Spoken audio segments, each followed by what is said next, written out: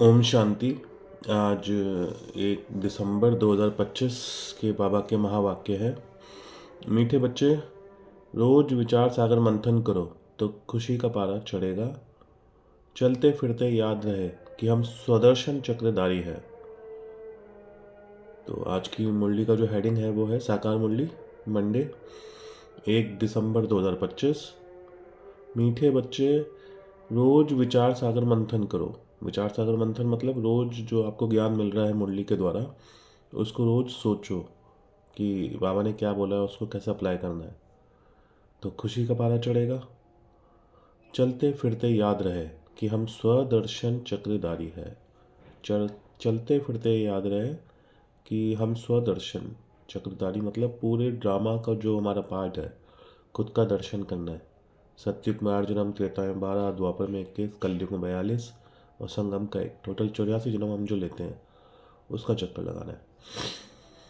प्रश्न, अपनी उन्नति करने का सहज साधन कौन सा है? इसका उत्तर बाबा ने दिया, अपनी उन्नति के लिए रोज पोता मेल रखो। पहले मैं भी नहीं रखता था, लेकिन आजकल अब मैं नोट्स बनाने लग गया मोबाइल के अंदर, जिसमें सबसे मेन चीज़, सबसे पहली चीज़ होती है कि हम पूरे दिन भर में कितने घंटे योग में रहे, याद का चार्ट जैसे बाबा बोलते हैं। तो अपनी उन्नति के लिए रोज पोता मेल रखो। चेक करो आज सारा दिन कोई आसुरी काम तो नहीं करा। चेकिंग बहुत ज़रूरी है, क्योंकि चेकिंग ही नहीं होगी तो फिर आप उसको सुधारोगे कैसे। जैसे स्टूडेंट अपना रजिस्टर रखते हैं, ऐसे तुम बच्चे भी दैवी गुणों का रजिस्टर रखो तो उन्नति होती रहेगी।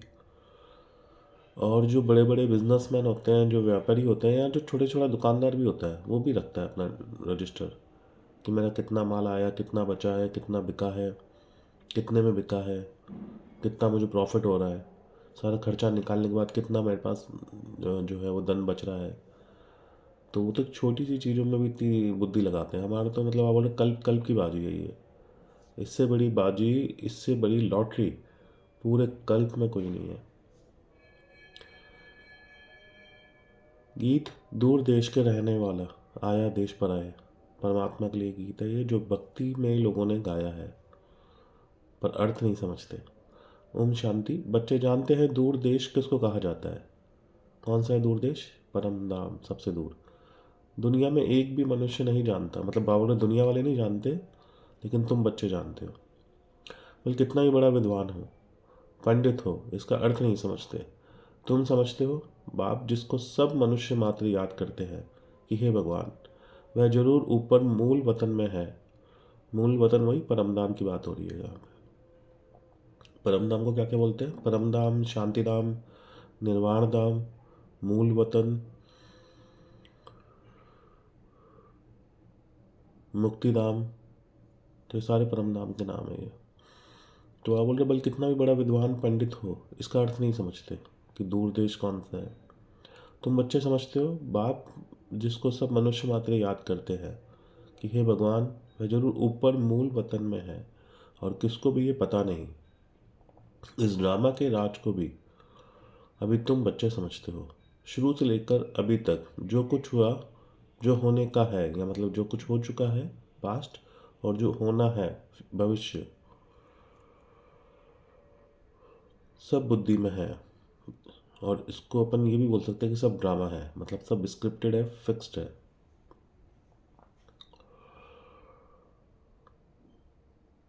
सब सब ड्रामा के राज को भी तुम बच्चे समझते हो। तो बोल रहे कि सब कुछ जो भी कुछ है सब बुद्धि में है। ये सृष्टि चक्र कैसे फिरता है, वह बुद्धि में रहना चाहिए ना। तुम बच्चों में भी नंबरवार समझाते हैं, विचार सागर मंथन नहीं करते हैं। तो बोले कि तुम बच्चे भी नंबरवार समझते हो उसको, और विचार सागर मंथन नहीं करते हैं, इसलिए खुशी का पारा भी नहीं चढ़ता। उठते बैठते बुद्धि में रहना चाहिए कि हम सुदर्शन चक्रधारी है। आदि से अंत तक मुझ आत्मा को सारे सृष्टि के चक्र का मालूम है। मालूम है ना कि सत्युग, फिर त्रेता, फिर द्वापर और फिर कलयुग, तो पूरा चक्र कैसे चलता है ये हम बच्चों को मालूम है। तो और उठते बैठते बुद्धि में रहना चाहिए कि हम सुदर्शन चक्रधारी है। आदि से अंत तक मुझ आत्मा को सारे सृष्टि चक्र का मालूम है। बल तुम यहाँ बैठे हो, बुद्धि में मूल वतन याद आता है। और तुम बैठे आओ, लेकिन बुद्धि में परम नाम याद आता है। वह है स्वीट साइलेंस होम, मतलब एक नाम और बता दिया आपने, वो है स्वीट होम भी कह सकते हैं, साइलेंस होम भी कह सकते हैं, स्वीट साइलेंस होम। मीठा और शांति वाला जो घर है, निर्वाण धाम, साइलेंस धाम, जहाँ आत्माएं रहती है। तुम बच्चों की बुद्धि में जट आ जाता है और कोई को पता नहीं। बल कितने भी शास्त्र आदि पढ़ते सुनते रहे, फायदा कुछ भी नहीं। क्यों नहीं फ़ायदा उनको? जैसे मान लो कोई दूसरा दुनिया वाला सुनेगा अगर हमारी ये वीडियो या हमारी मुरली, तो वो बोलेगा भी ऐसी बातें आप क्यों कर रहे हो, कि शास्त्रों से फ़ायदा क्यों नहीं। उसका कारण है क्योंकि शास्त्रों में जो भी ज्ञान है सारा शरीर का है, और दिया भी शरीरधारी ने है। चाहे वो कृष्ण जी ने दिया हो, चाहे राम जी ने बोला हो, किसने नहीं बोला हो, किसी भी देवी देवता ने बोला हो, शरीरधारी है वो।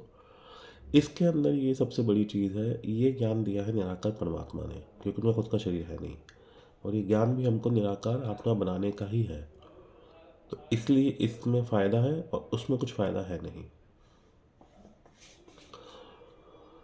बल्कि कितने भी शास्त्र आदि पढ़ते हो सुनते हो, फ़ायदा कुछ भी नहीं है, क्योंकि हम रियल में आत्मा है।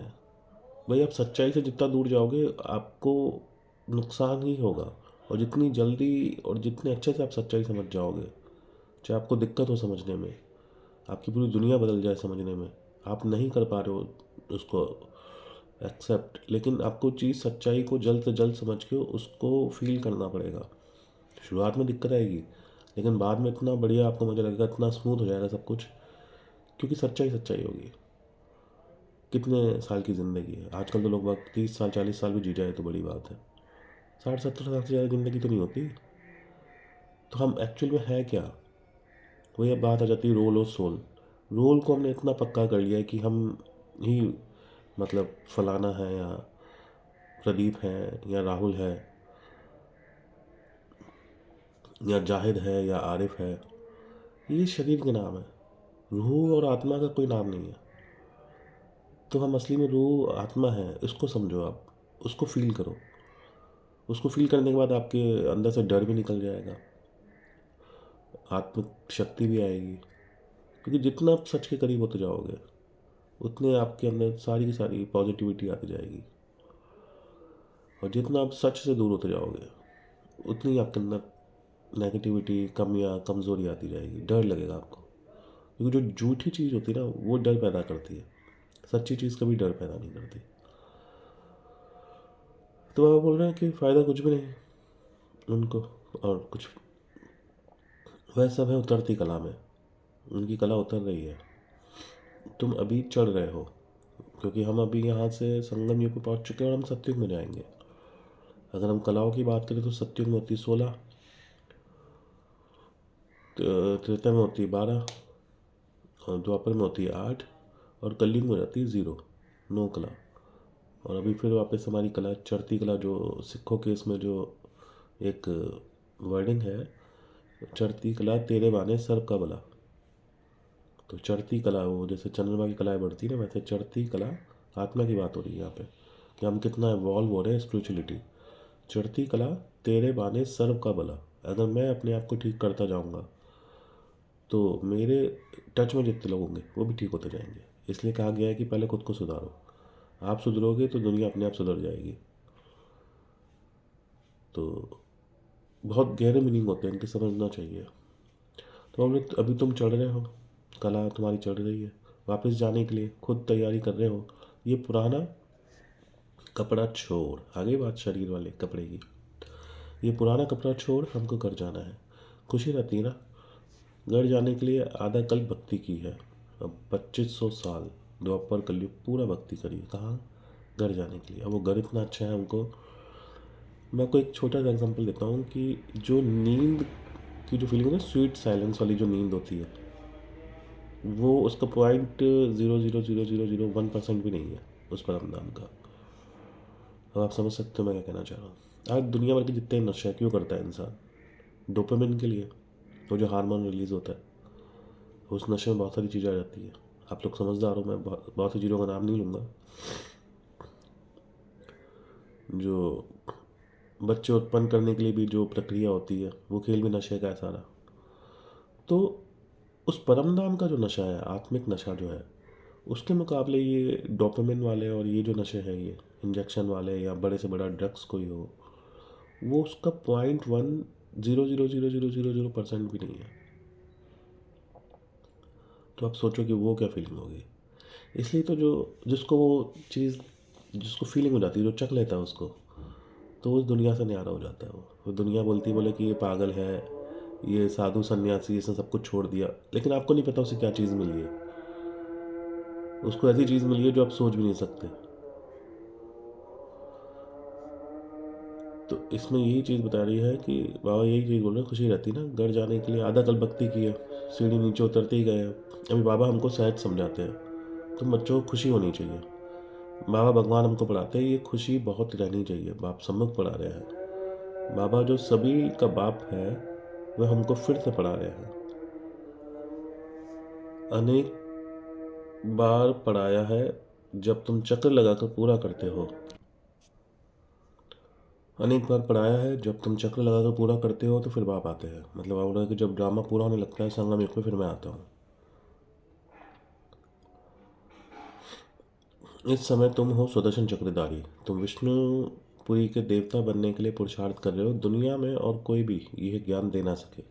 शिव बाबा हमको पढ़ा रहे हैं, ये खुशी कितनी रहनी चाहिए। बच्चे जानते हैं शास्त्र आदि सब भक्ति मार्ग के हैं। दुनिया में जितने भी शास्त्र हैं वो सारे भक्ति मार्ग के हैं। ये जो मुरली, जो गीता है असली, ये है ज्ञान मार्ग का। तो ज्ञान मार्ग और भक्ति मार्ग दोनों में रात और दिन का अंतर है। तो बच्चे जानते हैं शास्त्र आदि सब है भक्ति मार्ग के, ये सदगति के लिए नहीं। इससे सदगति नहीं होगी। सदगति का मतलब होता है सच्ची गति। सच्ची गति मतलब कि आत्मा जीवन मुक्ति और मुक्ति को पाले, मतलब परम धाम में पहुंच जाए, जो दुनिया वाले नहीं पहुंचा सकते, क्योंकि खुद ही नहीं पहुंचते, कैसे पहुंचाएंगे। तो ये सब है भक्ति मार्ग के शास्त्र, ये सदगति के लिए नहीं। भक्ति मार्ग की सामग्री भी चाहिए ना, अथा सामग्री है। बाप कहते हैं इससे तुम गिरते आए हो, कितना दर दर भटकते हैं।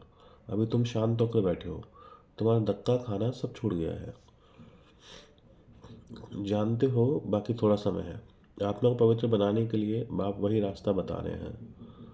कौन सा रास्ता बता रहे हैं? वही रास्ता जो 5,000 साल पहले बताया था, वही रिपीट कर रहे हैं।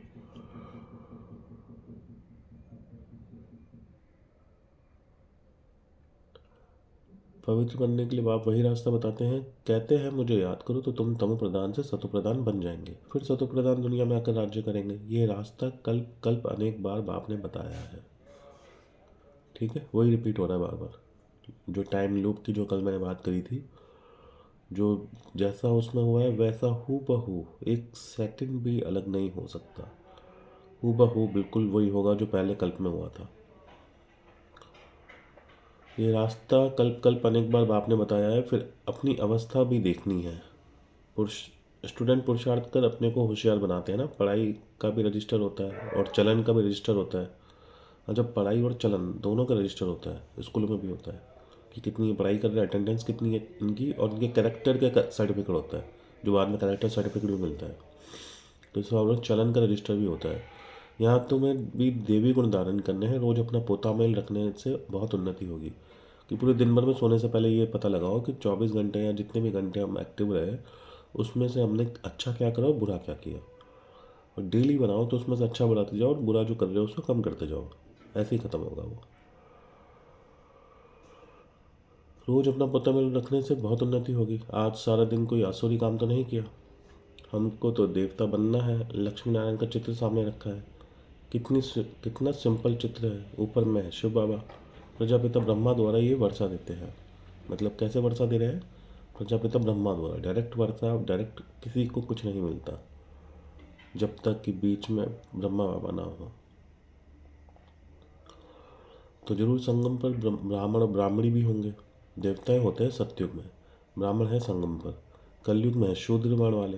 विराट रूप भी बुद्धि में धारण करो, जो विष्णु का विराट रूप है, जिसमें 5 वर्ण दिखाएंगे। 5 मतलब 4 वर्ण दिखाएंगे। 5वां तो उनको पता ही नहीं है कौन सा है। हम अभी ब्राह्मण चोटी, फिर देवता बनेंगे। बाप ब्राह्मणों को पढ़ा रहे हैं। देवता बनाने के लिए तो दैवी गुण भी धारण करना है। इतना मीठा बनना है, कोई को दुख नहीं देना है। सबसे मेन चीज़ ये है। और हम गलती यही करते हैं। जैसे शरीर निर्वाह के लिए कुछ ना कुछ काम किया जाता है, वैसे यहाँ भी यज्ञ सर्विस करनी है।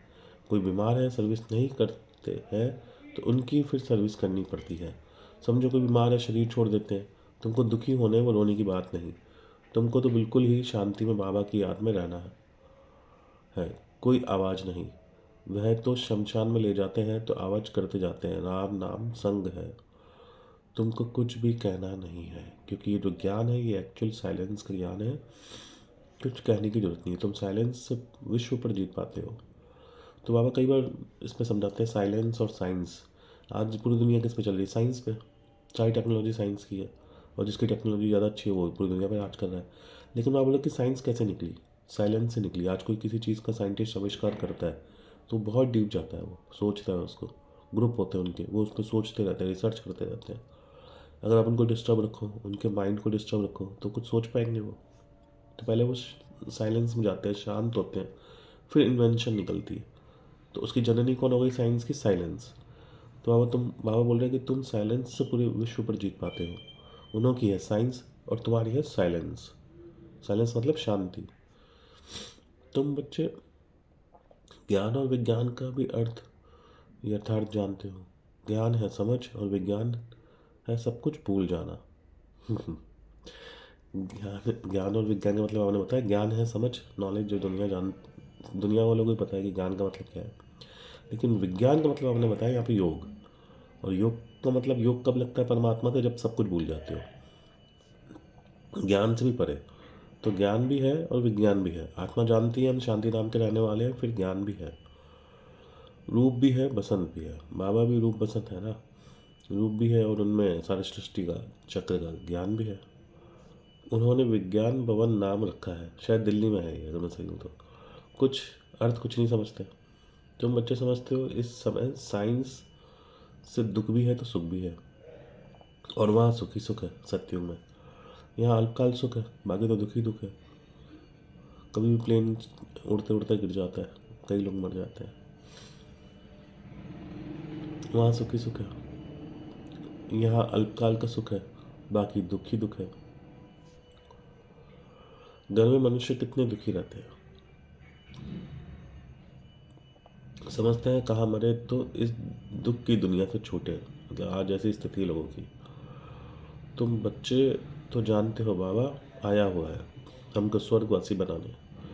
कितना गदगद होना चाहिए, कल कल बाबा हमको स्वर्गवासी बनाने आते हैं।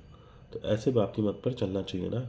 बाप कहते हैं मीठे मीठे बच्चे कभी कोई को दुख ना दो। फिर वही बात आ गई।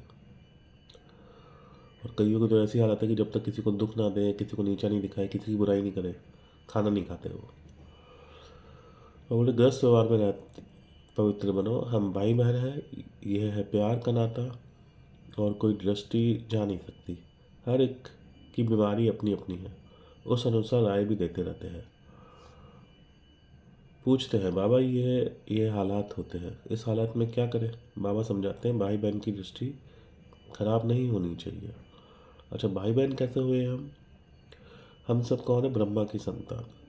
तो हमारा बाप शरीर का भी देखा जाए डीएनए के हिसाब से भी एक है, जिसको मुस्लिम आदम कहते हैं और ईसाई एडम कहते हैं, और वही एक्चुअल में ब्रह्मा है।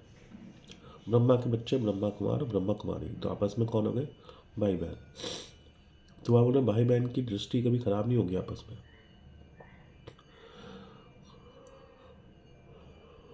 कोई भी झगड़ा ना हो। मैं तुम आत्माओं का बाप हूँ। अब जब शिव बाबा आत्माओं का बाप है, ब्रह्मा बाबा ने जैसे बताया शरीरों का है, कि भक्ति में भी कहते हैं कि ब्रह्मा से ही सारे वर्ण और सारी दुनिया की रचना हुई। और आत्मा का पिता कौन है? परमात्मा शिव बाबा। तो बाबा बोल रहे मैं तुम आत्माओं का बाप हूँ। शिव बाबा ब्रह्मा तन से बोल रहे हैं, प्रजापिता ब्रह्मा बच्चा हुआ शिव बाबा का, साधारण तन में ही आते हैं ना। विष्णु तो हुआ सत्युग का। बाप कहते हैं मैं इनमें प्रवेश कर नई दुनिया रचने आया हूँ। बाबा पूछते हैं तुम विश्व के महाराजा महारानी बनेंगे? तो बच्चे बोलते हैं हाँ बाबा, क्यों नहीं बनेंगे। हाँ, इसमें पवित्र रहना पड़ेगा। बाबा बोल रहे हैं ये तो मुश्किल है। अरे तुमको विश्व का मालिक बनाते हैं, तुम पवित्र नहीं रह सकते हो। आज पॉलिटिक्स की अपन बात करें, राजनीति की, तो छोटी सी पार्षद की सीट जीतने के लिए लोग बाग लड़ने के लिए इतनी मतलब मशक्क़त करते हैं, इतनी मेहनत करते हैं। तो यहाँ तो पूरे विश्व की बादशाही की बात चल रही है बाबा। पूरी विश्व की बादशाही की सीट की बात चल रही है। तो बाबा बोले तुमको मैं विश्व का मालिक बनाते, तुम पवित्र नहीं रह सकते हो, लज्जा नहीं आती है। लौकिक बाप भी समझाते हैं ना, गंदा काम मत करो, इस विकार पे ही विघ्न पड़ते हैं। मतलब आप बोल रहे हैं कि ये जो विकार की बात बाबा करते हैं कि इसमें मत जाओ, इस पे ही विघ्न पड़ते हैं इस यज्ञ में। शुरू से लेकर इस पर ही हंगामा चलता है। सिंध की बात हो रही है। बाप कहते हैं मीठे बच्चों, इस पर जीत पानी है, मैं आया हूँ पवित्र बनाने। तुम बच्चों को राइट रॉन्ग अच्छा बुरा सोचने की बुद्धि मिली है। ये लक्ष्मी नारायण है एम ऑब्जेक्ट, मतलब हमारा लक्ष्य। स्वर्गवासियों में दैवी गुण है, नर्कवासियों में अवगुण है। स्वर्गवासियों में दैवी गुण मतलब देवताओं वाले गुण है, सिफात, और नर्कवासियों में अवगुण, बुरे सिफातें। अभी रावण राज्य है, ये कोई भी नहीं समझ सकते। रावण को हर वर्ष जलाते भी है और मरता भी नहीं है, हर साल फिर बड़ा होकर आ जाता है। सोचना चाहिए ना, ये बुद्धि काम ही नहीं करती। बोले हम क्यों सोचें, हम क्यों सोचें, हमारा क्या मतलब। तो सच्चाई तक तभी पहुँचोगे जब हर चीज़ की गहराई में जाओगे। रावण को हर वर्ष जलाते हैं, दुश्मन है ना, जलाते ही आते हैं, समझते नहीं कि ये कौन है। हम सब रावण राज्य के हैं, तो जरूर हम असुर ठहरे। अच्छा, लंका में जो रावण का राज्य था उसके अंदर सारे कौन रहते थे? सारे एक से बढ़कर एक, भूत प्रेत राक्षस। अभी हम कहाँ हैं? रावण राज्य में। तो बाबा क्या बोल रहे हैं? हम सब रावण राज्य के हैं, हमारे हमारे लिए बोल रहे बाबा। तो जरूर हम सब असुर ठहरे, असुर। परंतु अपने को कोई असुर समझते नहीं। अफसोस की बात यह है, वो राक्षस तो अपने को राक्षस समझते थे, तो सुधरने का चांस भी था। यहाँ के राक्षस तो अपने को राक्षस समझते भी नहीं है, क्योंकि दिखते मनुष्य जैसे, हरकतें राक्षसों वाली है। तो इसलिए सुधरने का चांस ही नहीं है, क्योंकि जो दिखता है वो इनको लगता है, आईने में दिखते इतने बढ़िया है, हम तो अच्छे हैं, अंदर इतना मतलब लोगों के प्रति ज्वेलस है, कीना है, बुग्स है, नफरत है, तो उसको छुपा के रखते हैं। तो बोल रहे परंतु अपने को कोई असुर समझते नहीं। बहुत कहते भी है कि ये राक्षस राज्य है, यथा राजा तथा प्रजा। मतलब राज्य की खासियत होती है किसी भी राज्य की, कि जैसा उसका राजा होता है वैसी उसकी प्रजा होती है। और ये चीज़ ध्यान रखना, जैसी प्रजा होगी वैसा ही राजा होगा। कई लोग बोलते हैं ना कि हमारे नेता ऐसे क्यों है, हमारा प्रधानमंत्री ऐसा क्यों है, हमारा मुख्यमंत्री ऐसा क्यों है, वो काम क्यों नहीं करते, हमारे नेता काम क्यों नहीं करते। क्योंकि आप वैसे हो, आप जैसे हो, आप वैसे ही नेता डिज़र्व करते हो। क्योंकि वो नेता आप में से ही उठ के आता है, कोई आसमान से या किसी जन्नत से या किसी स्वर्ग से नहीं आता। वो आप लोगों में से, अपन लोगों में से उठ करके वो नेता बनता है और फिर वो किसी पोस्ट पे पहुंचता है। हम छोटे छोटे झूठ बोलते हैं, वो लोग बड़े बड़े झूठ बोलते हैं, यही अंतर है उसमें। झूठे आप भी हो, झूठे वो भी है, क्या अंतर है? आप 100 रुपये की चोरी करते हो, 1000 रुपये की चोरी करते हो, वो लाखों करोड़ों की चोरी करते हैं। चोर चाहे 1 रुपये का हो, चाहे करोड़ रुपये का हो, चोर चोर रहता है। तो यथा राजा रानी तथा प्रजा। परंतु इतनी भी समझ नहीं। बाप बैठ समझाते हैं राम राज्य अलग होता है, रावण राज्य अलग होता है। अभी तुम सर्वगुण संपन्न बन रहे हो। बाप कहते हैं मेरे भक्तों को ज्ञान सुनाओ जो मंदिर में जाकर देवताओं की पूजा करते हैं। बाकी ऐसे ऐसे आम आदमियों से माथा नहीं मारो जो मतलब जिद बहस करते हो। क्योंकि कईयों को तो दिमाग में बैठा रखा है कि हमको बात माननी नहीं है, हाँ, सामने वाले का समय खराब करना है और उनसे जितना है। तो ऐसे लोगों को हाथ जोड़ लो, बोलो ठीक है आप सही हो, हम गलत है।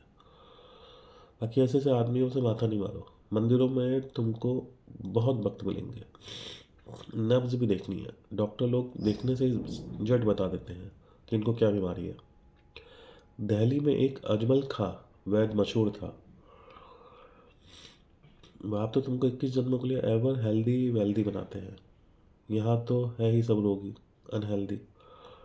वहाँ तो कभी रोग होता नहीं। अब जैसे मुझे भी 4-5 दिन से जुकाम हो रहा है, लेकिन सत्युग में इस तरह की कोई चीज़ है ही नहीं। वहाँ पे 150 साल की जो लाइफ है उसमें कोई एक दिन में हम बीमार नहीं पड़ेंगे। यह इतनी छोटी सी लाइफ में इतनी बार बीमार पड़ जाते हैं। और कहीं यहाँ तो सब रोगी है, अनहेल्दी। वहाँ तो कभी कोई रोग होता नहीं। तुम एवर हेल्दी एवर वेल्दी बनते हो, तुम अपने योग बल से कर्मेंद्रिय पर विजय पाते हो। तुम्हें ये कर्मेंद्रियाँ कभी धोखा नहीं दे सकती सत्युग में। बाबा ने समझाया, याद में अच्छी रीति रहो, देही अभिमानी रहो, तो कर्मेंद्रियाँ धोखा नहीं देगी। मतलब जितना योग में रहेंगे उतनी पावर आएगी, और जितनी पावर आपके अंदर योग की आएगी उतनी कर्मेंद्रियाँ आपके कंट्रोल में होगी। यहाँ ही तुम विकारों पर जीत पाते हो। मतलब यही पाना है, सत्युग में नहीं पाना कि कोई सोचे कि हाँ सत्युग में हमको बनना है ना, तो यहाँ तो मज़े करो। वहाँ कूट दृष्टि नहीं होती सत्युग में। रावण राज्य ही नहीं, वह है ही अहिंसक देवी देवताओं का धर्म। लड़ाई आदि की कोई बात नहीं, ये लड़ाई भी अंतिम लगनी है। ये जो भी थर्ड वर्ल्ड वॉर जो भी सज चुका है मैदान, जिसमें करीबन 20-25 देश एक दूसरे पर आक्रमण करेंगे, उसके बाद तो सारी दुनिया आपस में आ जाएगी लड़ने के लिए। तो मैंने कहा कि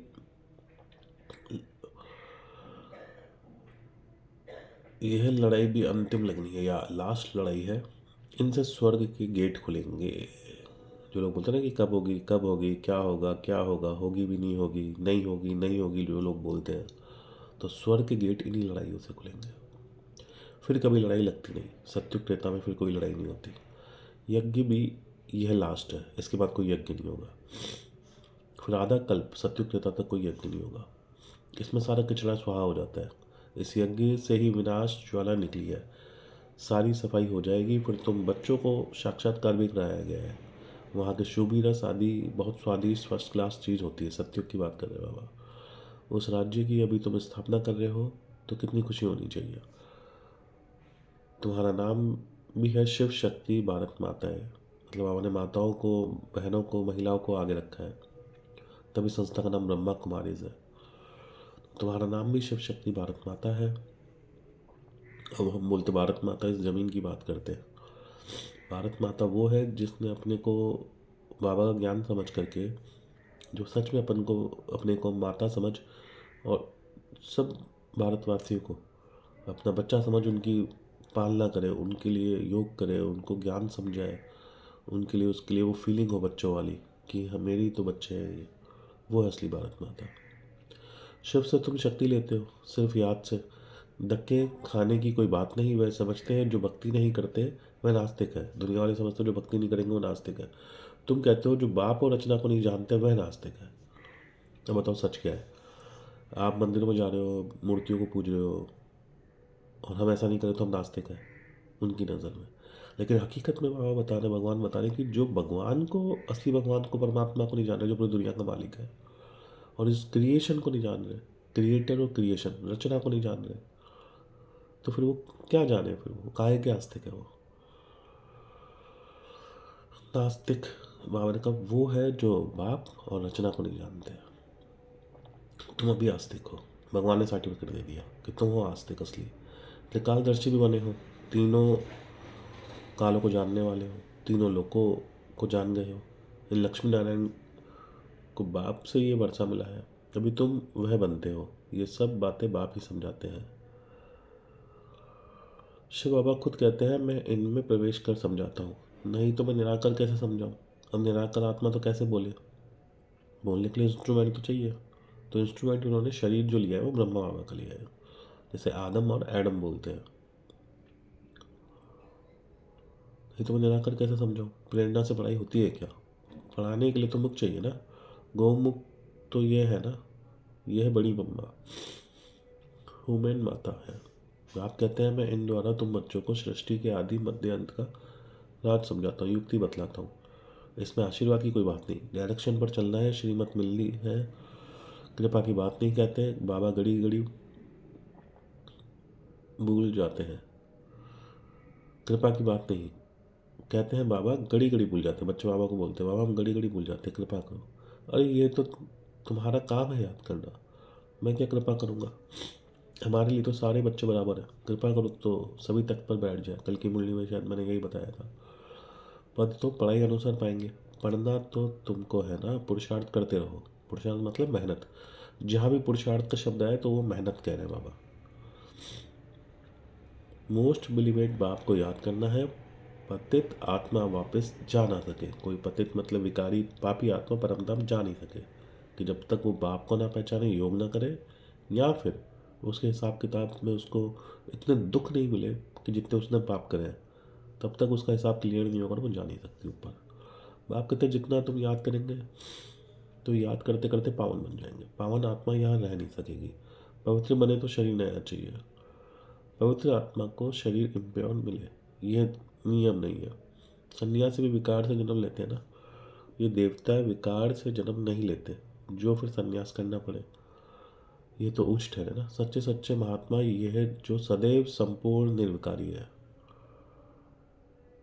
मतलब बोले कि महात्मा वो सन्यासी नहीं है, महात्मा ये देवताएं हैं। सच्चे सच्चे महात्मा ये जो संपूर्ण निर्विकारी है, इनके संकल्प में भी विकार नहीं। वहाँ रावण राज्य ही नहीं है ही सतो प्रधान राम राज्य। वास्तव में राम भी कहना नहीं चाहिए, शिव बाबा है ना। इसको कहा जाता है, मतलब बोले राम भी नहीं, क्योंकि राम कहोगे तो फिर लोगों की बुद्धि वो दशरथ का बेटा जो अयोध्या का जो राजा था उस पर जाती है। वैसे देखा जाए तो राम जो है वो भी भगवान का ही नाम है। राम का मतलब है पालने वाला। इसमें गाना भी, भिखारी सारी दुनिया दाता एक राम, तो वो परमात्मा राम की बात हो रही है। और एक राम कैरेक्टर है जो दशरथ का बेटा है, जो त्रेता युग का राजा था, वो अलग है। ये जो मरने के बाद बोलते हैं ना राम नाम सत्य है, ये उस परमात्मा की बात हो रही है। बहुत सी बातें धीरे धीरे खुलेगी, कुछ को पता है, बहुतों को पता नहीं है। तो वास्तव में भी राम नहीं कहना चाहिए, शिव बाबा है ना असली नाम। तो इसको कहा जाता है राजस्व अश्वमेघ अविनाशी रुद्र ज्ञान है। रुद्र व शिव एक ही है, शिव को रुद्र भी बोलते हैं। श्री कृष्ण का तो नाम ही नहीं, शिव बाबा आकर ज्ञान सुनाते हैं। वह फिर रुद्र यज्ञ रचते हैं, तो मिट्टी का लिंग और शालिग्राम बनाते हैं। शालिग्राम छोटे छोटे लिंग जो होते हैं वो शिवलिंग के पास जो होते हैं वो पूजा कर फिर तोड़ देते हैं। जैसे बाबा देवियों का मिसाल बताते हैं, देवियों को सजा कर खिलाए पिलाए पूजा कर फिर डुबो देते हैं, नवरात्रों में होता है ना वो।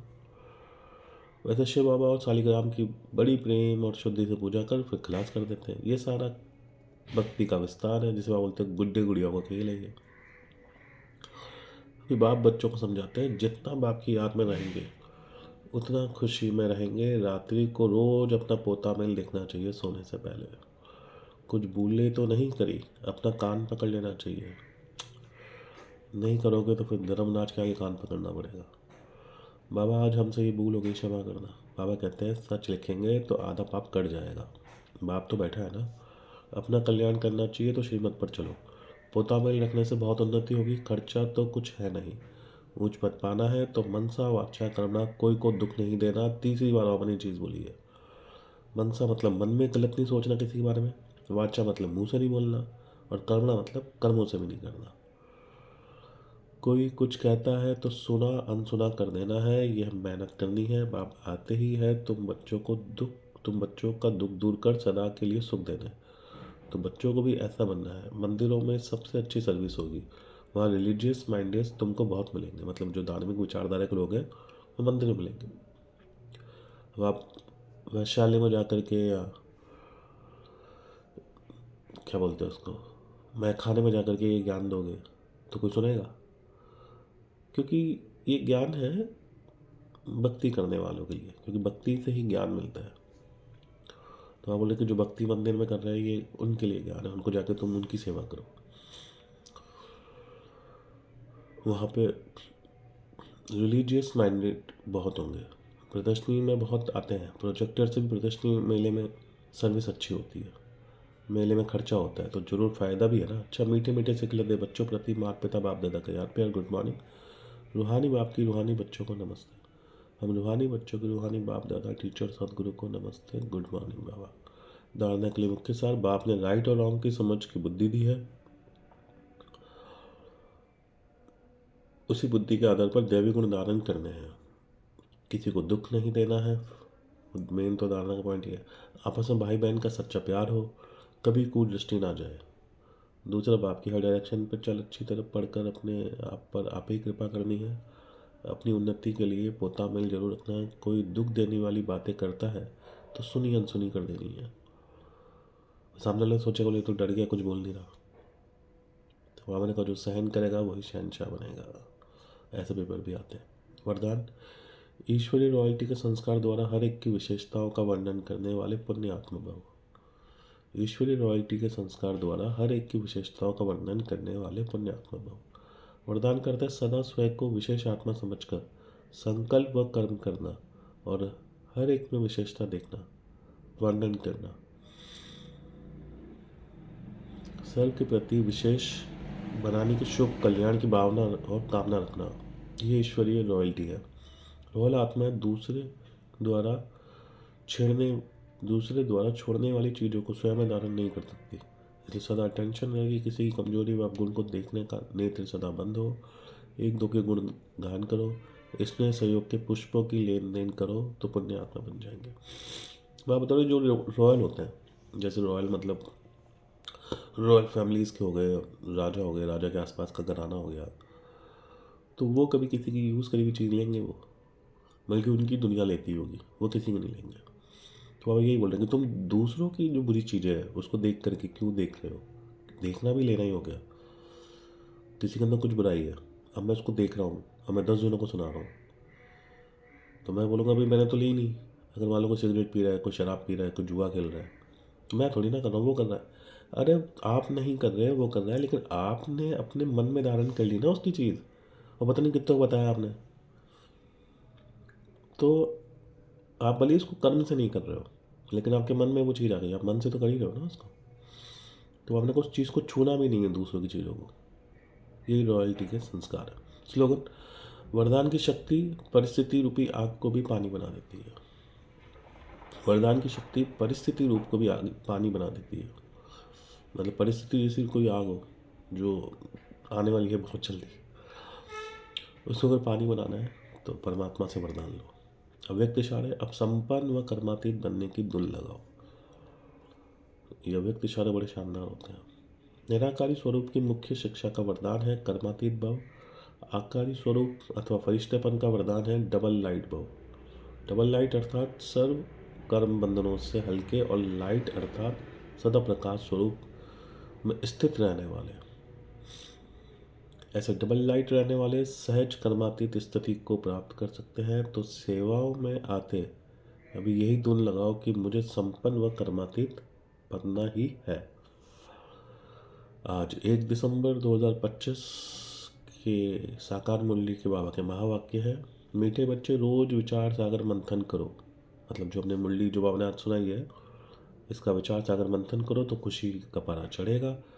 चलते फिरते याद रहे कि हम स्वदर्शन चक्रधारी है।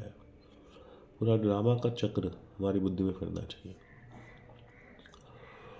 जिससे हमें ये याद रहेगा कि हम एक्टर है, हम रोल है, हम मतलब एक्चुअली में सोल है, इस रोल के अंदर हम आते हैं, हम एक्टिंग कर रहे हैं। प्रश्न, अपनी उन्नति करने का सहज साधन कौन सा है। उत्तर बताएं, अपनी उन्नति के लिए रोज पोता मेल रखो, नोट्स रखो, मतलब आपने पूरे दिन भर में क्या करा, अच्छा भी और बुरा भी, दोनों लिखो। अच्छे को बढ़ाते जाओ दिन भर दिन, और बुरे को कम करते जाओ, और फाइनली उस बुरे को ख़त्म करना है। चेक करो आज सारा दिन कोई आसुरी काम तो नहीं करा। जैसे स्टूडेंट अपना रजिस्टर रखते हैं, बिजनेसमैन रखते हैं अपना पोता मेल, ऐसे तुम बच्चे भी दैवी गुण का रजिस्टर रखो तो उन्नति होती रहेगी। गीत, दूर देश का रहने वाला आया देश पर आए। दूर देश कौन सा, परम नाम, और परमात्मा के लिए ये दुनिया पराई हो गई। ओम शांति।